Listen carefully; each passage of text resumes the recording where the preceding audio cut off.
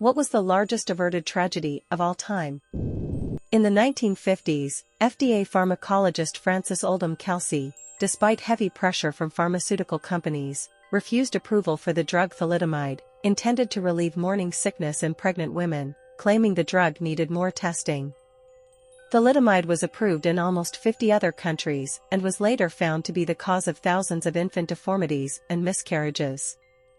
Didn't quite save everyone, but certainly a large portion of a generation in the United States. My father won't hear a word said against the FDA, even now. So much is grumble about how other countries get new drugs approved faster than the US does, and he'll say, but you couldn't get thalidomide here. Kelsey got an award from President Kennedy. A while ago, a large passenger plane almost landed on a taxiway where 4 full passenger planes were waiting to take off. The pilots of the first plane in the queue, noticing the incoming aircraft, turned on all the lights they had. The pilots of the landing aircraft were barely able to climb out. This would have easily been the largest aircraft disaster in history. Air Canada Flight 759. There were 1,077 people on board the 5 planes that would have been hit. Not to mention what would have happened with 4 fully fuel-laden planes exploding on an active runway, terminal catching fire leading to panic/smoke inhalation, etc. Had it happened, in all likelihood would have been world-changing in the way airports and air travel functions. Not largest at all, but when Vincent Coleman realized the 2 military ships were going to explode in the Halifax harbor, he sacrificed his life so trains would stop and not come into Halifax when the ships would explode.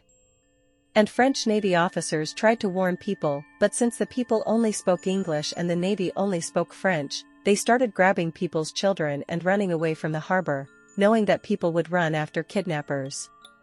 They saved a lot of lives by their quick thinking. This was the largest man-made non-nuclear explosion in recorded history, by the way. About 200 people who were watching the burning ships from indoors were left blind when the explosion shattered windows and blew the glass into their faces. This led to major advances in the vocational rehabilitation of blind people. Three Gorges Dam crosses the Yangtze River in China. In the summer of 2020, the rain season was particularly heavy. Fears of shoddy construction lead to worry of it bursting and flooding everything downriver, including the cities of Wuhan and Nanjing. Millions could have died in a matter of hours. Engineers opened smaller dams to release pressure from the large one, flooding thousands of hectares of land. The dam did not burst, and it would have been a tragedy. Cuban Missile Crisis. It was 13 days where the fate of the world relied on leaders being diplomatic, precise, and courageous. The Soviets caving basically saved the world. Khrushchev basically committed career suicide to make it happen too. He deserves credit. Forever grateful to the passengers on Flight 93 who prevented the plane from being flown into another target on September 11th. The loss of the passengers remains an enormous, horrible tragedy itself, but we have no idea how many other lives were saved by their actions. If I remember correctly, the Fukushima Daiichi nuclear disaster could have been way worse. The operators stayed and did everything in their power, including ignoring an uninformed order from a government official, to mitigate the fallout. It definitely wasn't a perfect response, but I think they saved a lot of lives. There's quite a lot of could have been so much worse for Chernobyl, too. The people who immediately step up to mitigate disasters like that, while knowing there's a good chance it'll cost them their life, are amazing to learn about. We all mock Y2K now. But at the time, it was genuinely a ticking time bomb. The work of engineers and computer scientists to prevent any major issues is really unknown. My favorite tidbit from Y2K is that the Chinese government demanded that all commercial airplane executives had to be in the air at midnight to ensure they took the issue seriously. The Al-Qaeda terrorist who got caught trying to get into Port Angeles, Washington in 1999 at the US-Canada border. He had explosives in his car and was planning on using them at LAX on New Year's Eve 1999. That would have been awful, so glad he was caught. At such a small border crossing, this may have been missed. The invention of a machine by Alan Turing to crack German encrypted messages during World War II is estimated to have shortened the war by 2 years and saved 14 million lives. He was later prosecuted for homosexual acts, chose to be chemically castrated, which severely impacted him. He then committed suicide. He is widely regarded as the father of computing and AI. The 2018 ISIS terror attack on Mecca. Just a bit of context, Daesh/ISIS really have a problem with the practices of Hajj. As Wahhabis go, they make the Saudis look like bones of the saints. Catholics in how much they do not approve of things they believe are idolatry, including common things Muslims do on Hajj like circling the Kaaba, stoning the devil, and see them as not merely non-canonical but idolatrous. So their plan was to blow up major sites, including the Kaaba at the height of Hajj, potentially resulting in the highest death toll during a terror attack since 9/11. Considering the crowds during Hajj, and the targets, and the severity of the attacks, the death toll would be in the thousands. The Saudi security forces foiled the plot just days before it was going to happen. When I first heard of it, it was one of those front page but in the corner things, but when you actually read what happened and what they were planning, it very quickly dawned on you that Daesh was planning to commit an attack that would have been deadlier than any done before and affected more countries than ever before on account of the international nature of the Hajj. People from all continents killed, with few countries whose citizens wouldn't have been affected in some way. It would have been as big a shock as 9/11, if not bigger.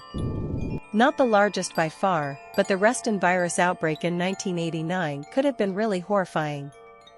The virus causes Ebola in non-human primates, but they didn't know this until one of the handlers cut himself when performing a necropsy on a liver of one of the infected monkeys, and was put under surveillance during the incubation period and showed no symptoms.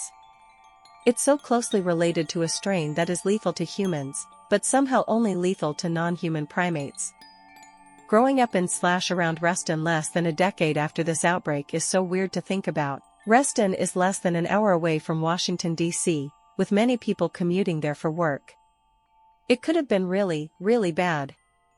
There's a book about it by Richard Preston, called The Hot Zone. Came here for this. Also IRC, most all Ebola viruses require direct contact to infected blood. However, this virus was aerosolized. So imagine something with the deadliness of Ebola, with the contagiousness of COVID. In June 2007, 2 car bombs were found and disabled in crowded parts of London.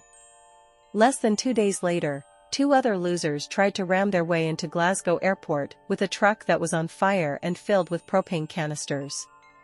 A few members of the public in that last case suffered minor injuries when they helped police detain the 2 losers. I can't imagine the consequences if either one of those events had succeeded. 1983 Soviet nuclear false alarm, in which the Soviet Union received a false alarm indicating a U.S. nuclear missile attack. Luckily, the officer on duty, Stanislav Petrov, correctly assessed it as a false alarm, preventing a potential nuclear catastrophe. The Tunguska asteroid nearly wiping out the largest city on Earth in 1908. I give you an inverted one. The day Titanic was leaving port, it almost hit 2 other ships near it. If that had been the case, it would have been forced to go back and cancel the trip, saving it from that iceberg. Might not have led to a massive tragedy, but the Russian jet that tried to shoot down a British military plane over the Black Sea in October of 2022 comes to mind. The jet thought he had permission to shoot it down, but did not, and the missiles ended up either not working or completely missed the plane. The 1980 Damascus Titan missile explosion. A Titan II missile in Arkansas developed a fuel leak and exploded in its silo, the force throwing its nuclear warhead away from the blast. Miraculously, the safety mechanisms prevented a nuclear detonation, saving potentially millions of lives and sparing the environment from a nuclear disaster.